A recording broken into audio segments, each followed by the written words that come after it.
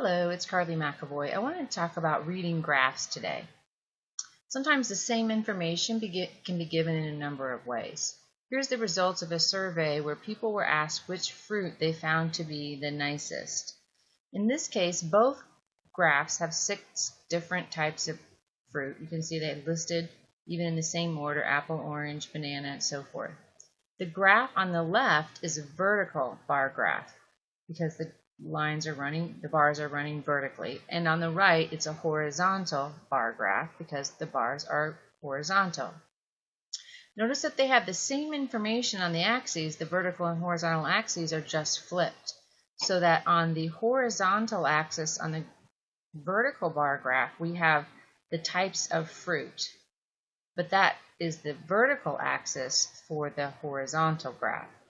And then for the vertical bar graph, our vertical axis is the number of people that chose that particular fruit, whereas that's on the horizontal axis for the horizontal graph. So which fruit was chosen as the nicest by the most people?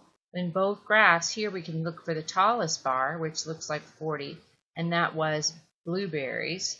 And then over here, it's the longest bar, which is also still same data, 40.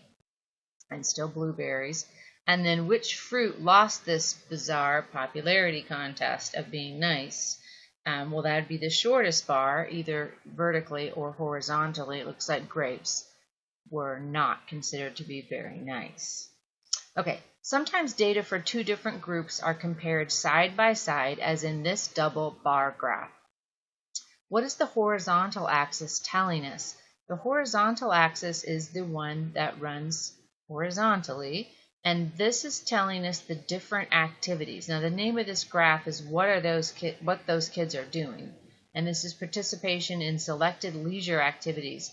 And notice they have a key. The red is boys ages 5 to 14 and the green is girls 5 to 14. So we might, and then what's the vertical axis? Well, the vertical axis is talking about percentages, so it goes from 0 to 100%. Okay. So that's something to think about. And we might ask questions like, in what activity is the number of girls greater than the number of boys, percent-wise, I should say? Well, the girls are green, so we're looking for a place where the green is taller, and here's where we see it, arts and crafts. What does it mean that both of these are the same, which is the activity which is about the same? It's watching TV or videos, and 100% of the kids said that they did at some time watch those. And so we can ask questions about that, comparing those 2 different groups on one graph.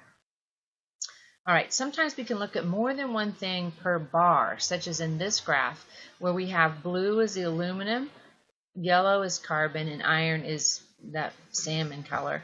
What is the horizontal axis showing us here? Well, the horizontal axis is showing us there's 3 different samples, sample A, B, and C.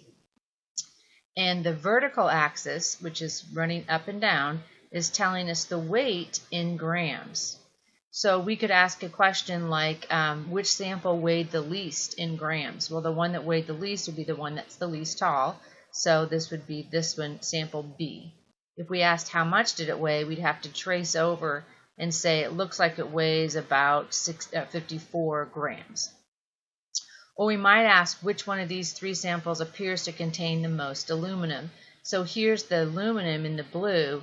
So in this sample, obviously this is the least amount. It looks to me like C has the most of everything. So the sample with the most aluminum will be C. But we can ask questions about the individual pieces of those 3 bars or about the bar as a whole. Sometimes rather than using bars, we can use pictures, like in this pictograph, I should say. That we're not asking about horizontal and vertical axes here. What we would ask maybe is, what does each drop of blood represent? And there's this key down here that tells you every drop represents 5 people. We could ask which blood type seems to be the most prevalent, and that would be type O, because it's got more drops than anybody else. How many people came in with type AB blood? Well, there's 2 drops, and each drop is 5 people, so that would be 10 people who came in with type AB blood. And finally, a line graph. Sometimes you can have multiple lines on a single line graph. This one represents the rainfall during the first 9 days of the month. And on our horizontal, we have the days represented, and on our vertical, we have the amount of rainfall in millimeters. Kind of hard to read.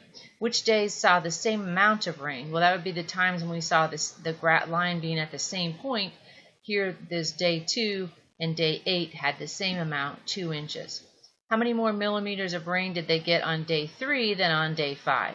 On day 3, we got 12 inches, and on day 5, we got 8 inches. So 12 minus 8, they got 4 more inches on day 3. All right, have a fantastic day, and we'll see you next time.